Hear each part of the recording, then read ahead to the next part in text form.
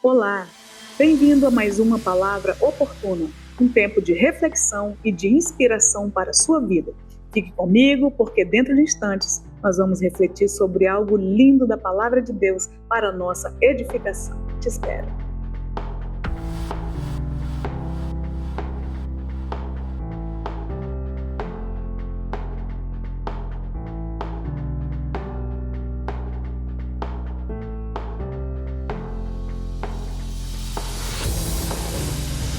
Voltamos, graça e paz, meu povo. Hoje o nosso tema, o princípio do crescimento. E o nosso texto está no Evangelho de João, capítulo 15, versículos de 1 a 8. Acompanhe comigo. Eu sou a videira verdadeira e meu pai é o agricultor. Todo ramo que estando em mim não der fruto, ele o corta, e todo o que dá fruto limpa para que produza mais fruto ainda. Vós já estáis limpos pela palavra que vos tenho falado.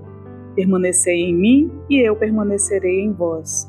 Como não pode o ramo produzir fruto de si mesmo, se não permanecer na videira, assim nem vós podeis dar, se não permanecerdes em mim. Eu sou a videira, vós os ramos. Quem permanece em mim e eu nele, esse dá muito fruto, porque sem mim nada podeis fazer. Se alguém não permanecer em mim, será lançado fora à semelhança do ramo e secará, e o apanham, lançam no fogo e o queimam. Se permanecerdes em mim e as minhas palavras permanecerem em vós, pedireis o que quiserdes e vos será feito. Nisto é glorificado meu Pai, em que deis muito fruto e assim vos tornareis meus discípulos. Amém. Portanto, temos aqui a fala de Jesus. E nesse momento que Jesus está falando isso no Evangelho de João, capítulo 15, ele está com certeza fazendo uma ponte à profecia de Isaías, né? Porque o profeta Isaías, no capítulo 5, ele disse o seguinte, que Israel é uma vinha que Deus plantou, né? Deus plantou essa vinha, limpou, colocou muros de proteção, fez tudo para que essa vinha pudesse frutificar, para que essa vinha pudesse crescer em segurança e produzisse fruto em abundância, fruto de qualidade, né? E apesar do cuidado de Deus, ao invés de Israel produzir frutos doces, essa vinha produziu frutos maus, frutos sem valor, frutos sem utilidade. Agora, Jesus disse, eu sou a videira verdadeira e o meu pai é o agricultor. E Jesus, então, mostra que nós somos os ramos. E ramo só tem duas finalidades. Ou ele produz, ou ele é destinado ao fogo, né? Então nós somos ramos, eu e você. Amém? Copiou isso? Você é ramo. Você só tem duas utilidades. Ou você frutifica, ou você é cortado e lançado no fogo, né? Aí eu pergunto, o que nós queremos da nossa caminhada? Eu imagino que a sua resposta, eu quero ser frutífero. Amém. Eu também. Então vamos nesse trilho, né? Com a graça de Deus. Jesus disse que o Pai espera que nós cresçamos. O Pai espera de nós frutos. Espera que continuemos a crescer e produzamos muito fruto para a glória do seu nome, né? Jesus então fala de 3 estados do ramo. Ele fala daquele estado que não produz fruto, ele fala do estado do que está produzindo fruto e fala do estado do que produz mais fruto ainda, né? Então, nós estamos agora nesse tempo na igreja caminhando hoje já, né, 60 dias de oração numa campanha que nós denominamos 100 dias de oração para um rompimento sobrenatural. Então nós vamos ver um pouquinho, eu espero que você venha romper nessa área de crescer, de frutificar para a glória de Deus, né? Então a abordagem do autor que nós estamos vendo e tudo, ele enfatiza muito a questão do frutificar financeiramente, a questão de ser abundante no reino de Deus. Por isso nós vamos dar um enfoque também, né, nesse lado hoje, para que possamos crescer, amadurecer, frutificar para a glória de Deus. Pois bem, vamos ver então o estado do ramo que não produz. Vamos ver isso. Eu quero que você seja bem sincero no seu coração, né, sobre essa questão. Nós temos 2 questões, né, nesse ponto do que não produz. Veja bem, O que não produz fruto é aquela pessoa que é cristã só de nome. Só tem o nome que é cristão e cristã. É uma pessoa que está no meio da igreja, ela pode até ter ministério, ela participa certinho das atividades da igreja, como uma pessoa religiosa, mas é uma pessoa amargurada que ela não nasceu de Deus. É uma pessoa que não soma com o reino. Ela nunca nasceu de Deus, ela apenas tem uma vivência com a igreja, né? Porque Jesus disse, sem mim nada podeis fazer. Então, se a pessoa não nasceu de Deus, ela não pode mesmo frutificar, porque Jesus disse que se não estiver ligada a Ele, não tem jeito, né? Se a pessoa não concorre junto com Deus, a favor de Jesus, ela então concorre contra. Veja bem, não há meio termo. Jesus mesmo disse em Lucas 11:23, quem não é por mim, é contra mim. E quem comigo não ajunta, espalha. Lucas 11:23. Então, se a pessoa não nasceu de Deus, ela não pode concorrer de maneira nenhuma com o reino de Deus. Ela não pode somar com o reino de Deus, né? Então, essa é uma pessoa que não produz e ela não pode mesmo produzir. Veja bem, uma pessoa assim, ela não ama a casa de Deus. Ela não ama o seu próximo, ela não tem liberalidade de coração para contribuir no reino de Deus, para ser dizimista, para ofertar. Ela não tem um coração adequado para investimento no reino de Deus, para poder dizimar, né? Então, com certeza, Deus não é o Senhor dos negócios dessa pessoa. Com certeza, essa pessoa, a sua vida financeira é direcionada conforme o mundo e não conforme a vontade de Deus. Essa pessoa, ela traz juízo sobre si, e é cortada e é lançada no fogo, porque é assim que diz a palavra de Deus, né?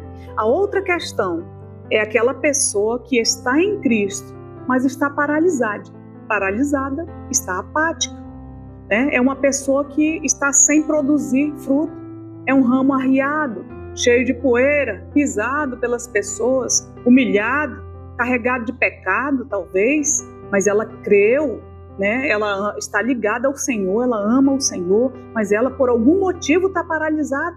Talvez as circunstâncias da vida paralisaram essa pessoa, né? Então, nós podemos aqui aplicar essa palavra observando a palavra cortar no original do grego, que é a palavra airó.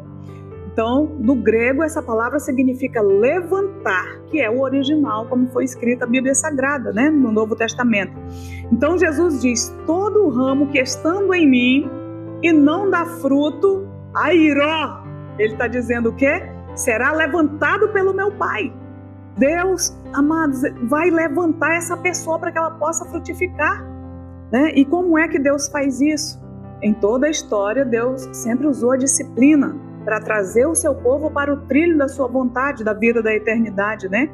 E a disciplina, ela traz a pessoa para o trilho da vida dele, para uma vida frutífera. E a disciplina, ela sempre é dolorosa. Ela traz inquietudes para a nossa vida, para provocar despertamento, né?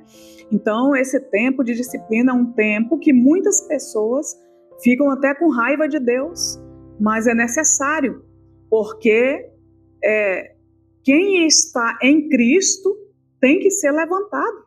Não tem como estar em Cristo e passar a vida toda caída, né? Quem está em Cristo é levantado e produz fruto para a glória de Deus. Você está em Cristo e não está frutificando, abatido por alguma coisa? Olhe para mim o que eu vou dizer. Deus, Pai, o agricultor, vai levantar você para você frutificar, em nome de Jesus. Amém?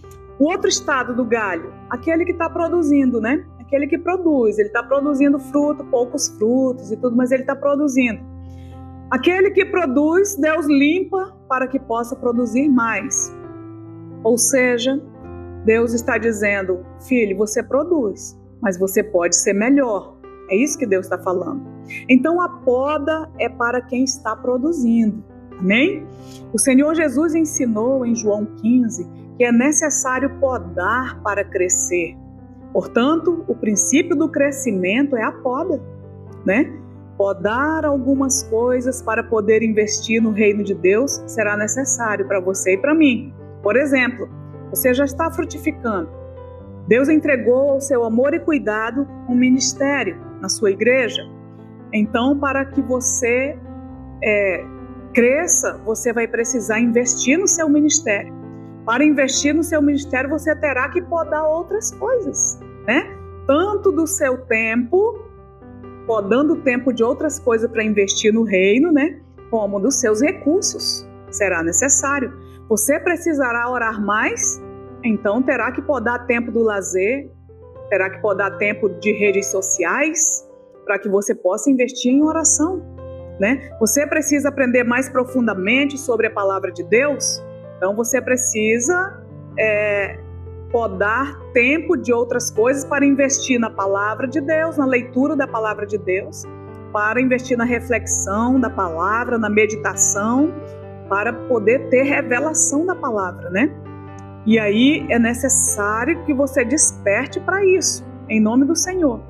Então, você vai precisar agora tocar, cantar na música, né, na igreja. Então, você vai ter que investir recursos em aula de canto, aula de instrumentos musicais, cuidar da sua alimentação, porque quem canta cuida da voz, né? E aí, então, tem gente que não bebe café, não bebe Coca-Cola e nenhuma coisa que prejudique a voz para poder cuidar, né? E aí, se você vai caminhar nessa parte de ensinar a palavra de Deus, você vai ter que pagar um curso de teologia, se aperfeiçoar, investir no seu ministério, né? Assim como quem vai cantar vai investir também na aula de canto, quem vai tocar vai investir em cursos para poder tocar instrumentos, né? E tem tantas outras coisas que a gente faz na igreja, quem trabalha na projeção, na transmissão dos cultos, na mídia, terá que podar recursos de coisas, tempo de outras coisas também para fazer curso, comprar programas, baixar aplicativos, podar tempo de outras coisas para assistir tutoriais, para aperfeiçoar o seu ministério, né? Para a glória de Deus.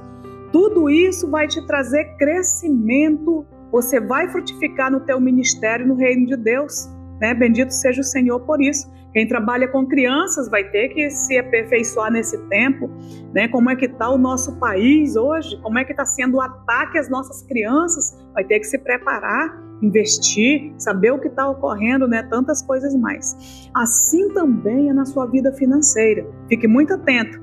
Da mesma forma que para que a planta cresça forte e produza flores e frutos, é necessário podar excessos dessa planta, então assim também na sua vida financeira. Preste atenção, né? Se você quiser prosperar, se você deseja prosperar, na sua vida financeira você vai ter que enxugar contas, você vai ter que eliminar todo o gasto desnecessário na sua vida, reduzir ao mínimo todo tipo de despesas.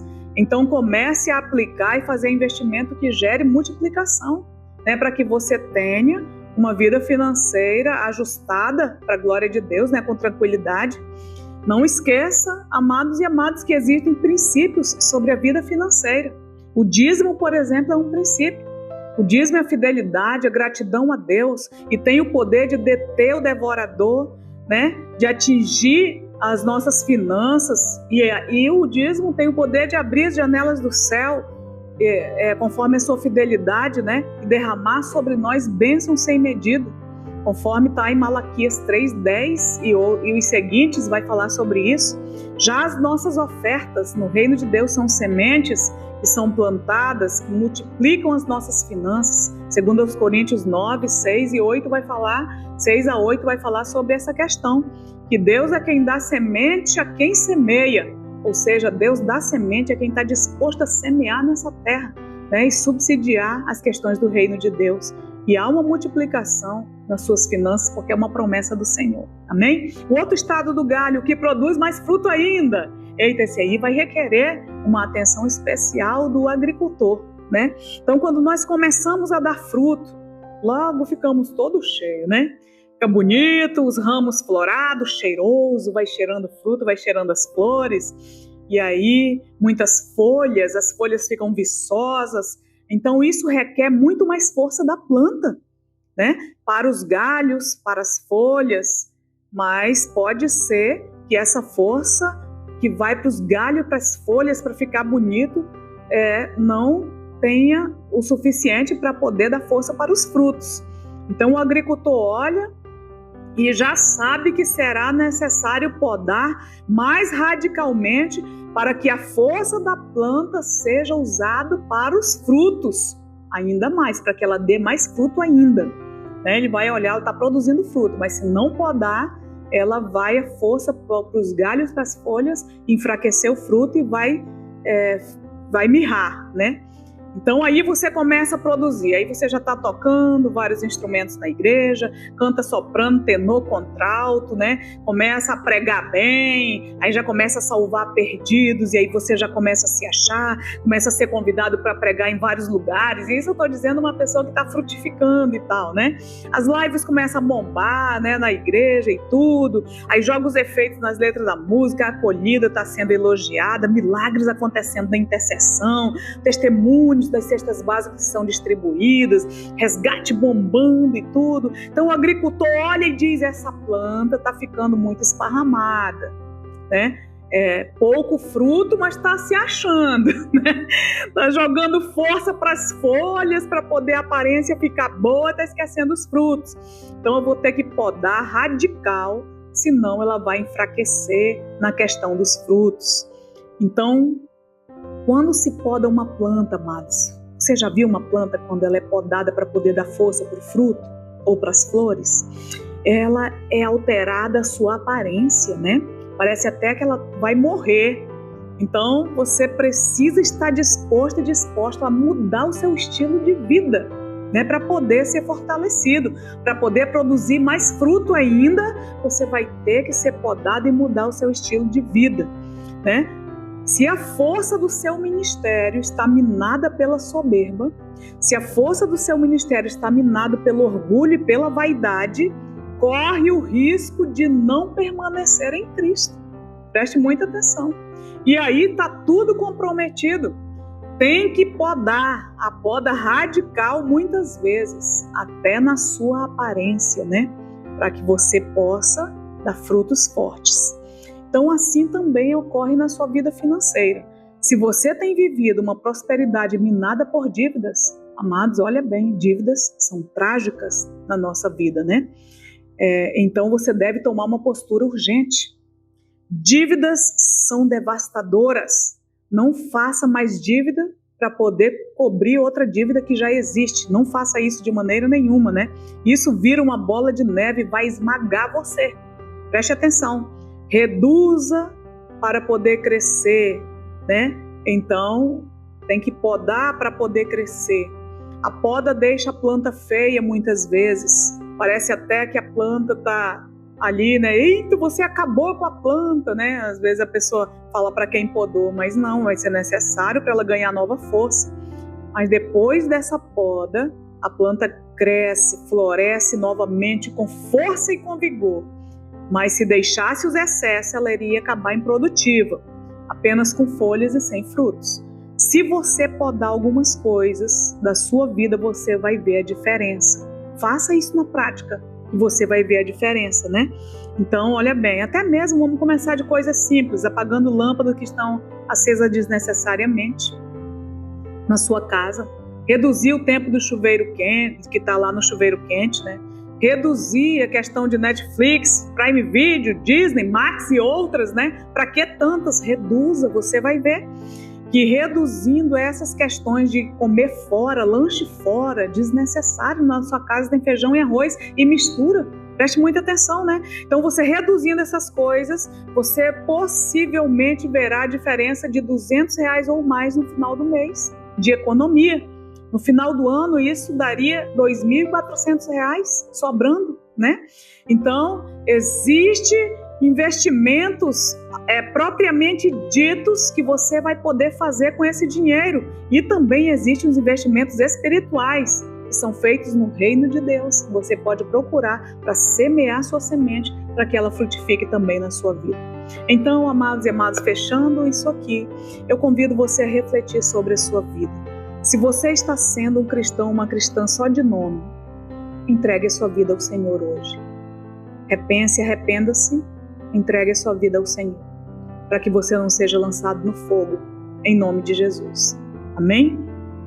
Se você é uma pessoa que precisa fazer isso, então conecte-se à videira verdadeira em nome do Senhor. Faça um apelo ao seu coração, né? Porque o Senhor, a vontade dele é que você seja salvo. Ele quer salvar a tua vida. Quer que você seja uma pessoa frutífera. Ele quer que você seja uma pessoa abundante para a glória do seu nome. Então, se você entendeu que você está sendo podado, agradeça a Deus, porque é sinal que você está produzindo, né? E agradeça pelas podas que você está sofrendo, porque você vai ficar mais forte ainda e produzirá mais frutos ainda para a glória de Deus. Sobre a sua vida financeira, é uma decisão sua, né? É você quem tem que fazer as podas. Deus não vai obrigar você. É você quem tem que decidir sobre a tua fidelidade nos dízimos.